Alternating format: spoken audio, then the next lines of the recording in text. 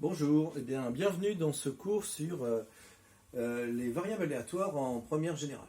Bien, eh bien, de quoi s'agit-il exactement? Bon, les probabilités, c'est pas quelque chose de nouveau pour nous, hein. On en a fait depuis longtemps, y compris l'année dernière en seconde. Et on va aborder maintenant ce qu'on appelle les variables aléatoires et surtout les lois de probabilité. Bon, alors tout d'abord, qu'est-ce que c'est qu'une variable aléatoire? Bon, on va prendre un exemple. Imaginez, on a un dé à 6 faces. Eh bien, lorsqu'on le jette, on va obtenir un univers qui va être soit 1, soit 2, jusqu'à 6. D'accord? Eh bien, jeter un dé, ça s'appelle une expérience aléatoire. C'est quoi une expérience aléatoire? C'est justement, c'est une action que l'on fait et on va obtenir un résultat, mais ce résultat, il est aléatoire. On ne sait pas exactement ce qu'on va obtenir. Donc par exemple, jeter un dé, c'est une expérience aléatoire. On ne sait pas sur quoi on va tomber. Bien, donc ça c'est la première chose. Alors on considère donc qu'on a ce jet de dé là, qui est une expérience aléatoire, et on va considérer deux événements. L'événement A, le nombre que l'on va avoir en sortie est pair, et puis l'événement, on va parler d'un autre événement, un autre événement élémentaire E, qui est obtenir 3. Voilà. Donc pour l'instant, c'est une définition que l'on a. Hein. Un événement, c'est un ensemble de possibilités, d'issues élémentaires qui est possible. Par exemple, l'événement A, obtenir un nombre pair, eh bien, c'est obtenir soit 2, soit 4, soit 6. Ça, c'est un événement normal. Et on a l'événement E qui on appelle élémentaire. Pourquoi? Parce qu'il est égal à juste une seule des issues. 3, c'est une seule des issues. Bien. Alors maintenant, qu'est-ce que l'on peut dire? Eh bien, on peut dire que chaque résultat de l'expérience aléatoire donc s'appelle une issue, on vient de le dire. L'univers des possibles, on l'appelle oméga, c'est l'ensemble des issues possibles lorsqu'on jette un dé. Et un événement, c'est une partie de cet univers. Par exemple, l'événement A, c'est une partie de l'univers. Donc A pair, c'est-à-dire 2, 4, 6. Et puis on a aussi, bien sûr, l'événement élémentaire qui est celui-là. Bon, maintenant qu'on a défini ces deux événements, on va parler d'une loi de probabilité. Voici ce que l'on fait. On va faire un jeu en particulier. C'est que si le résultat est pair, si le résultat est pair, eh bien, on va dire que l'on gagne 2 euros. On va établir une règle du jeu. Si le résultat est 1, si on obtient 1, eh bien, on va dire que l'on gagne 3 euros. Et enfin, si le résultat est 3 ou 5, si on obtient 3 ou 5, eh bien, dans ce cas, on perd 4 euros. Ça veut dire, en fait, on gagne moins 4 euros. C'est comme ça qu'on doit le concevoir. Eh bien, voilà ce qu'on va maintenant appeler variable aléatoire. La variable aléatoire, c'est justement lorsqu'on fait intervenir une règle du jeu comme ceci sur une expérience aléatoire. Alors, la variable aléatoire, on va l'appeler, je vais noter ici la définition. Définition de la variable aléatoire. C'est que une variable aléatoire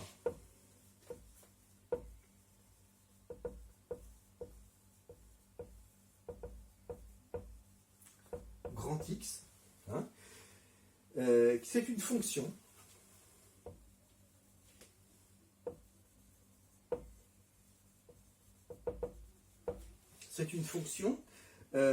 qui est définie donc sur l'univers des possibles, une fonction qui est définie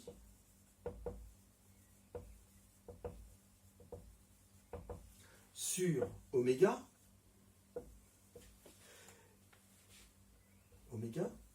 oméga il est là, c'est l'ensemble 1, 2, 3, 4, 5, 6, et à valeur dans R. Comment je vais expliquer ça? Regardez.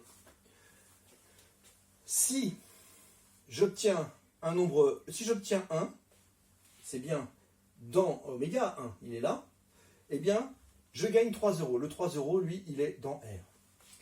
si j'obtiens 2, 4 ou 6, j'obtiens dans R 2 euros. Et enfin, si j'obtiens 2 ou 5, donc à l'intérieur de oméga là aussi, 3 ou 5, pardon, à l'intérieur de oméga, eh bien, je perds 4 euros. Vous voyez ce que je veux dire? Donc en gros, c'est une variable, grand X, qui, à chaque sortie de D, va faire correspondre un nombre réel, qui est ici représenté par des gains ou des pertes. D'accord? Bien, alors ça, donc, ça se appelle une loi, une variable aléatoire. Hein. Maintenant, une fois qu'on a la variable aléatoire, on va lui associer sa loi de probabilité. Alors, je vais effacer hein, pour avancer dans tout ça et vous expliquer ce qu'est une loi de probabilité. Bien, donc je vous rappelle, hein, on est donc dans un petit jeu où on jette des dés, et en fonction du résultat du dé, eh bien, on a des gains ou des pertes. Hein, si on fait un nombre pair, c'est-à-dire 2, 4 ou 6, on gagne 2 euros. Si on fait un as, on gagne 3 euros. Par contre, si on fait 3 ou 5, on perd 4 euros. Et là, donc, ça c'est donc une expérience aléatoire, hein, avec une variable aléatoire, grand X, qui, à un jet de dés, fait correspondre un gain ou une perte. Maintenant, on va parler de loi de probabilité, donc qui va définir cette variable aléatoire. Alors, donc cette variable aléatoire, on l'appelle grand X, et donc elle a une loi de probabilité. Alors, c'est quoi une loi de probabilité? Eh bien, le réflexe, c'est un tableau. C'est un tableau. Point. Vous ne pouvez rien dire d'autre. Et qu'est-ce que l'on va écrire dedans? Eh bien, ici, on va mettre les valeurs possibles que peut prendre le dé. Et ici, les valeurs possibles que peut prendre notre gain, plus 2 euros, plus 3 euros, moins 4 euros. Et ici, la probabilité de réaliser ce gain ou cette perte. Bon, bah, en ce qui nous concerne, qu'est-ce qui peut se passer? Bah, on peut soit gagner 2 euros, soit gagner 3 euros, ou bien soit perdre 4 euros. Bon, bah, je vais l'écrire, en fait, donc ça ne fait que 3 possibilités. Soit je gagne 2 euros, soit je gagne 3 euros, soit je perds 4 euros. Ici, hein, on met les variables, enfin les valeurs possibles pour la variable aléatoire grand X qui représente les gains et les pertes. Bien. Alors, bon, ici par contre, ce sont les probabilités associées. Dans une autre probabilité, ici, vous mettez les probabilités associées. Quelle est la probabilité de gagner 2 euros? Ici, je vais mettre bien 2 pour que vous compreniez. Quelle est la probabilité de gagner 2 euros? Bah, pour gagner 2 euros, il faut faire un nombre pair. Bon, bah, des nombres pairs, j'en ai 3, hein, sur un total de 6. Donc ça va faire 3 sixièmes, c'est-à-dire 1 demi. Voilà donc pour cette première valeur. D'ailleurs, je vais laisser 3 sixièmes, vous verrez pourquoi.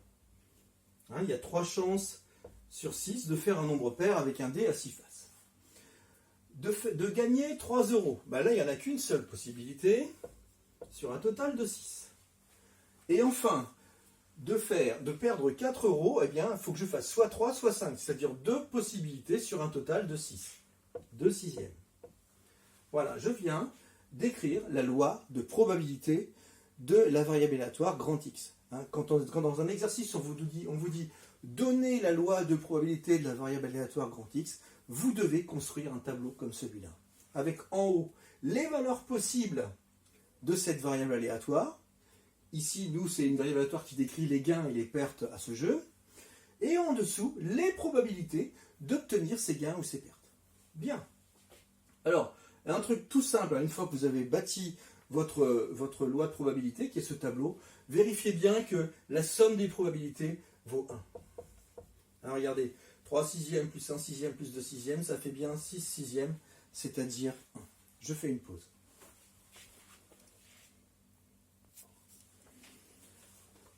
Bien, donc pour synthétiser tout ce qu'on vient de dire sur les variables aléatoires et la loi de probabilité, on va faire un petit exemple. Alors l'exemple, il est le suivant. Bon, cette fois, au lieu de jeter un dé, on va tirer une carte dans un jeu de 32 cartes. Jeu de 32 cartes. Alors, donc, l'idée, c'est qu'on a notre expérience aléatoire, c'est tirer une carte dans un jeu de 32 cartes. Bien. Alors, on va bâtir dessus un petit jeu, donc, et on va le nommer variable aléatoire. Hein, en fonction de la carte qu'on va piocher, on va gagner ou on va perdre de l'argent. Alors voilà ce qui se passe. Si on tire un cœur, on gagne 2 euros. Donc si on tire un cœur, je vais faire un joli cœur, tiens, en rouge. si on tire un cœur, eh bien, on gagne 2 euros. D'accord. Si on tire un roi, eh bien, cette fois, on gagne 5 euros. Et enfin, si on tire une autre carte, eh bien, si on tire une autre carte, on perd 1 euro. Donc là, n'hésitez pas, vous mettez bien un signe moins. Quand on gagne, c'est plus. Quand on perd, c'est moins. D'accord? Voilà. Et on appelle donc la variable aléatoire grand X, qui a une carte tirée associe un gain ou une perte. Déterminer la loi de la probabilité grand X. Donc on va nous demande le tableau. Bon, alors attention, parce que là, il y a quand même un piège. C'est que si on tire un cœur, on gagne 2 euros. Si on tire un roi, on gagne 5 euros. Mais pour le roi de cœur, qu'est-ce qui va se passer? En fait, pour le roi de cœur, on va gagner 2 euros plus 5 euros. Donc je vais le noter. Mon roi de cœur, il est là. Je vais le noter en rouge. Roi de cœur. Là, il est beaucoup moins bien dessiné. Voilà. Mon roi de cœur, lui, eh bien, il nous fait gagner 7 euros. Il y avait bien un piège dans ce truc-là. Bon, et puis les autres cartes, ben, on verra. Bon alors, quelle est la probabilité de tirer le roi de cœur? Ici, on va essayer de donner les probabilités associées. Pays. Bon, ben, la probabilité de tirer le roi de cœur, c'est une seule carte sur 32. Donc ça fait 1 sur 32. Ce sera la probabilité, c'est dans la ligne d'en dessous, dans la ligne dans la deuxième ligne pardon, du tableau de la loi de probabilité, je vais y mettre les probabilités. Bon, de tirer un cœur. Alors attention, ici de tirer un cœur, mais attention, tout sauf le roi, parce que le roi il a déjà été comptabilisé. Bon, bah, des cœurs, j'en ai 8, moins le roi de cœur, ça fait 7. Donc ici, j'ai 7 cœurs qui me restent sur 32. C'est ça que ça veut dire. Des rois. Oui, mais attention, les rois, il ne faut pas que je prenne le roi de cœur. Donc je prends les seuls rois qui me restent, il ne me reste plus que 3 sur 32. Voilà. Et puis ici, bah, je peux essayer de le deviner. Regardez, là j'ai 7, là j'ai 3, ça fait 10. 11 cartes sur un total de 32. Donc bah, il va me rester le complément, c'est-à-dire 32 moins 11, c'est-à-dire 21 cartes qui vont me faire perdre 1 euro. Voilà. Bon, maintenant j'ai plus qu'à bâtir ma loi de probabilité. Donc c'est un tableau, comme je vous l'ai dit, avec 2 lignes. Dans la première ligne, on va mettre ce que l'on peut gagner ou ce que l'on peut perdre. Et dans la deuxième ligne, on va mettre les probabilités justement que chacun de ces événements arrive. Bon, donc j'ai 4 possibilités. Les 4 possibilités qui sont gagner 2 euros, gagner 5 euros, perdre 1 euro, ou bien gagner 7 euros avec le roi de cœur. Et en dessous, je mets les probabilités associées. Eh bien, j'ai 7 chances sur 32 de gagner 2 euros. Pour un roi, c'est 3 chances sur 32. Perdre 1 euro, c'est 21 chances sur 32. Et pour finir, gagner 7 euros avec le roi de cœur, c'est 1 chance sur 32. Voilà, cet exercice est terminé, je vous remercie. Je passe à la suite.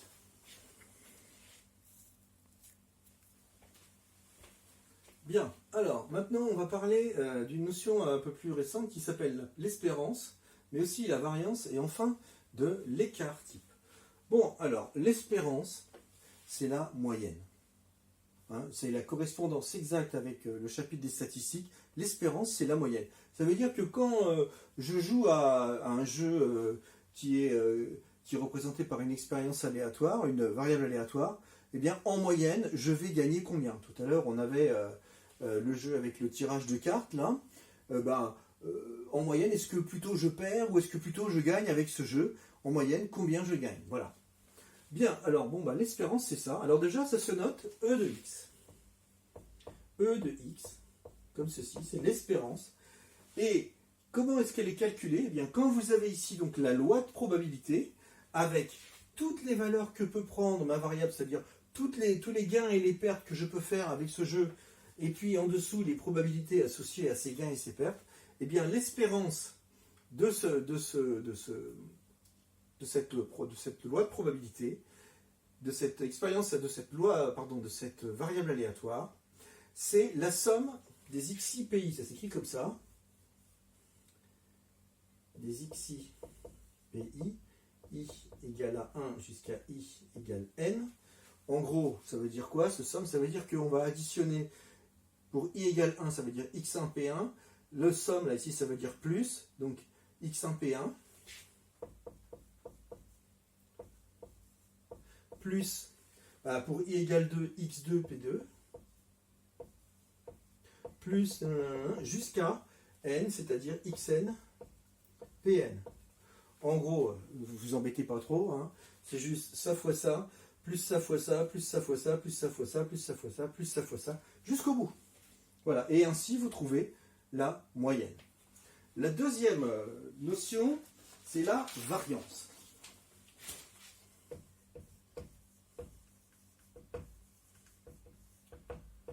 Bon alors, la variance, de quoi il retourne?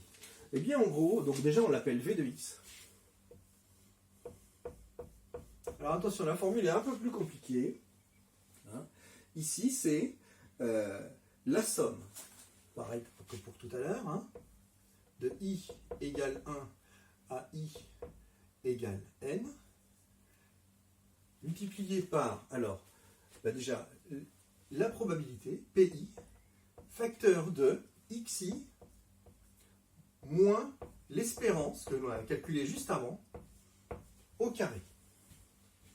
Voilà. Alors ça c'est la différence des moindres carrés, ça s'appelle. En gros c'est par rapport à la moyenne, de combien on s'en écarte. Est-ce que c'est une situation de probabilité qui s'éloigne beaucoup ou pas beaucoup de la moyenne? Bon, en gros, si je me réfère à ce tableau-là, hein, ça va faire V de x égale. Bon, alors pour i égale 1, ça va me faire P1, c'est-à-dire le nombre qui est là, multiplié par x1 moins l'espérance, x1 moins l'espérance, au carré, plus, jusqu'à la fin, Pn, xn, moins l'espérance, là aussi, au carré. Voilà, donc ça c'est la définition de la variance.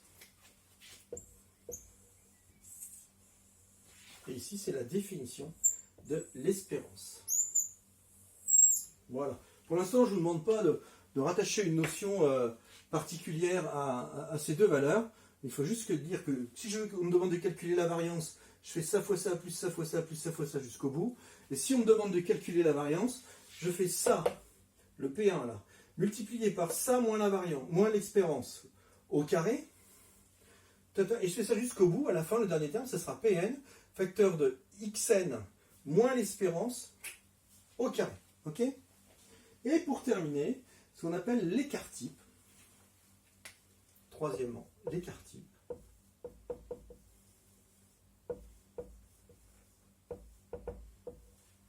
Eh bien, on l'appelle sigma d'une variable aléatoire grand X, et ça vaut la racine carrée de la variance. Voilà. Donc en général, hein, la chose qui nous intéresse, ce n'est pas tellement la variance, bien qu'on soit obligé de la calculer pour trouver l'écart type. L'écart type, lui, il a une signification vraiment particulière. C'est que lorsque vous avez une variable aléatoire grand X et sa moyenne, eh bien l'écart type va vous dire à peu près, lorsque vous jouez, si vous pouvez vraiment vous trouver loin ou pas. Je prends un exemple, tout à l'heure, on avait un jeu avec des gains. On dit par exemple en moyenne, vous perdez 2 euros. Et puis si on vous dit que vous avez un écart type de 4 euros, eh bien, ça veut dire qu'au coup d'après, vous venez par exemple de perdre 2 euros, vous pouvez gagner 4 fois plus ou bien perdre 4 fois plus. Enfin, vous pouvez gagner 4 euros de plus ou bien perdre 4 euros de moins. Voilà ce que ça signifie l'écart type. C'est que dire que vous pouvez vraiment varier beaucoup. Alors que si vous avez un écart type de 1 seulement, eh bien, le coup d'après, vous allez peut-être seulement gagner 1 euro de plus ou bien seulement perdre 1 euro de moins. Voilà donc pour cette notion. Je fais une pause pour qu'on fasse quelques calculs.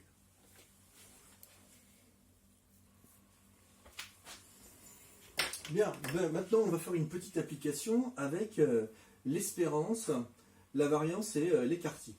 Donc je reprends le jeu de tout à l'heure, c'était le jeu de 32 cartes. Quand je pioche le roi de cœur, je gagne 7 euros avec une chance sur 32. Ça c'était quand je pioche un roi qui n'est pas le roi de cœur, je gagne 5 euros avec 3 chances sur 32. Et ici c'était les cœurs.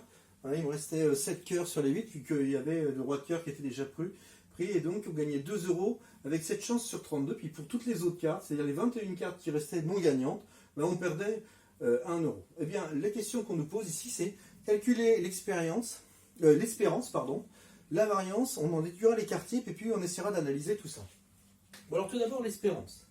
Bon, ben, l'espérance, hein, c'est E de grand X. Bon, alors c'est la somme des xi, pi, ça veut dire ça fois ça, plus ça fois ça, plus ça fois ça, j'y vais.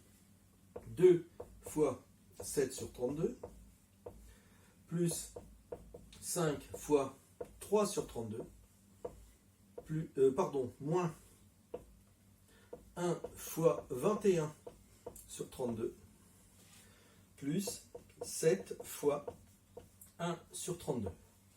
Bon, bah j'y vais, je vais prendre une bonne calculatrice. Hein. Ça fait 14, plus 3 fois 5, 15, moins 21, plus 7, le tout sur 32.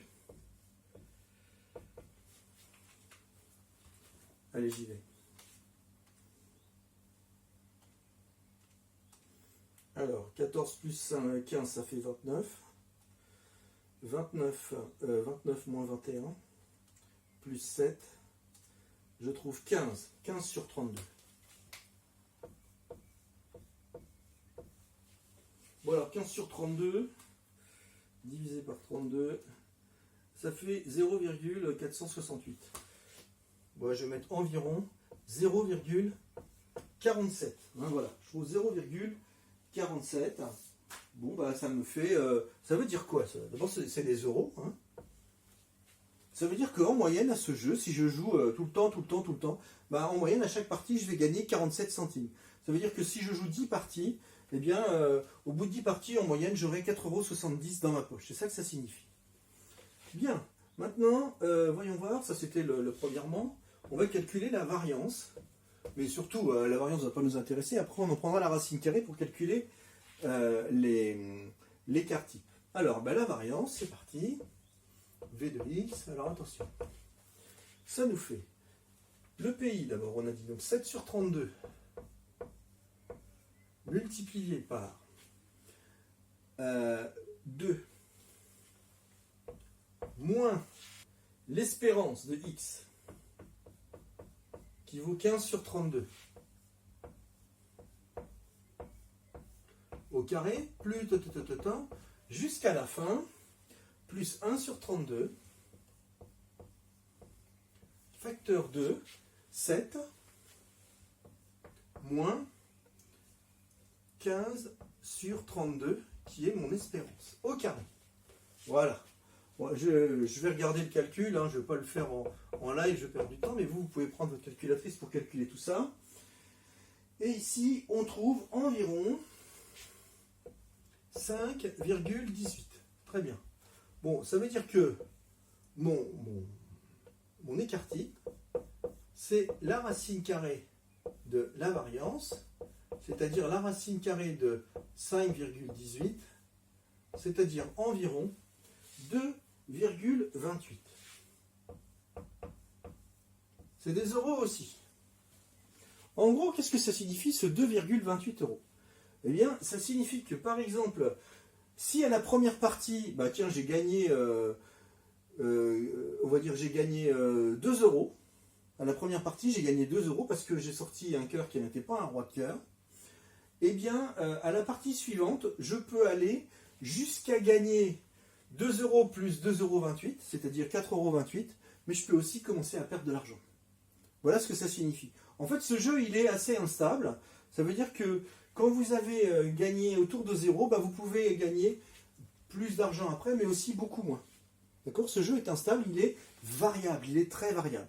Même si en moyenne, hein, vous gagnez, après un grand nombre de parties, en moyenne, vous gagnez 47 centimes par partie, Mais sachez que d'une partie sur l'autre, ça peut être très variable avec un écart type de 2,28 euros. Voilà, c'est tout pour ceci pour le moment. Maintenant, j'efface et on va passer à la suite.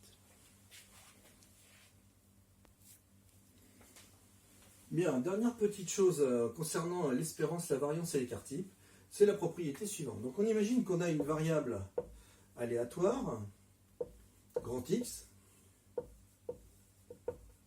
avec son tableau, aléatoire grand X, avec son tableau de sa loi de probabilité, il a donc son espérance et sa variance. Eh bien, ce que l'on peut dire, c'est que si je prends une autre variable aléatoire y, qui vaut petit a x plus b, ça nous fait penser à une fonction affine, avec donc ici grand y, une autre variable aléatoire qui est définie en fonction de notre variable aléatoire de base, ax plus b de manière ax plus b avec a et b des réels, a et b qui sont des réels, bon, des réels non nuls, sinon ça n'a pas d'intérêt. Eh bien, on va dire ceci, c'est que l'espérance de y, donc la moyenne de y, eh bien, ça va être égal à l'espérance donc de ax plus b. Eh bien, on sait que c'est égal, et je vais le démontrer après, à a fois l'espérance de x plus b. Bon, comment est-ce qu'on démontre ça? C'est assez simple, j'y vais. Je vais faire l'espérance de y. Donc c'est la somme, l'espérance de y, c'est la somme de i égale 1 à n, on va dire des yi pi, des xi pi comme tout à l'heure. Donc des pi yi. Sauf que le yi, il vaut axi plus b. I égale 1 jusqu'à n de a xi plus b. Très bien. Multiplié par le pi qui est devant.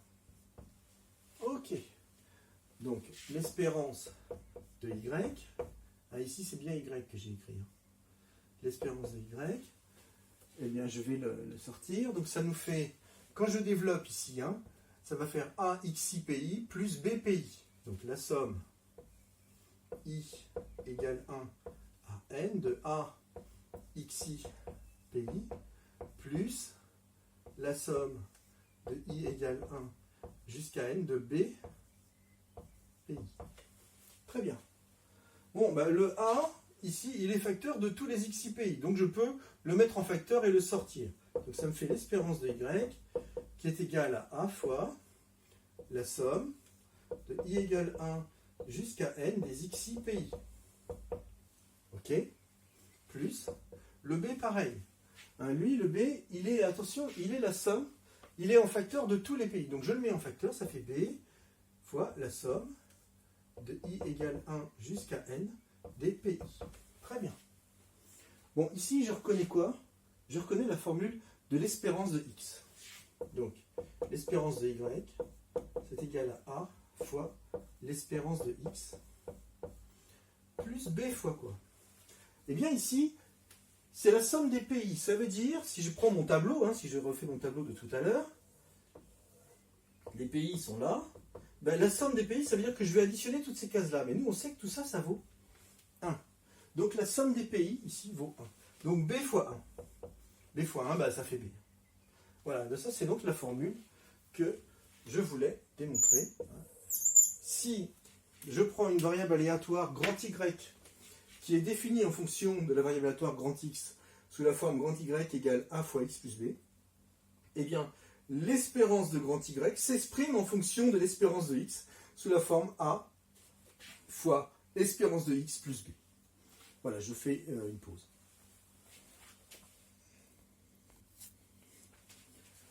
Bien, donc on avait vu à l'instant que l'espérance de grand Y c'est égal à a fois l'espérance de x plus b. Eh bien, la deuxième formule, c'est que la variance de la variable aléatoire grand Y, c'est a2 fois la variance de la variable aléatoire grand X. Bon, je ne veux pas la faire ici, cette démonstration, hein, elle est dans le cours. Voilà.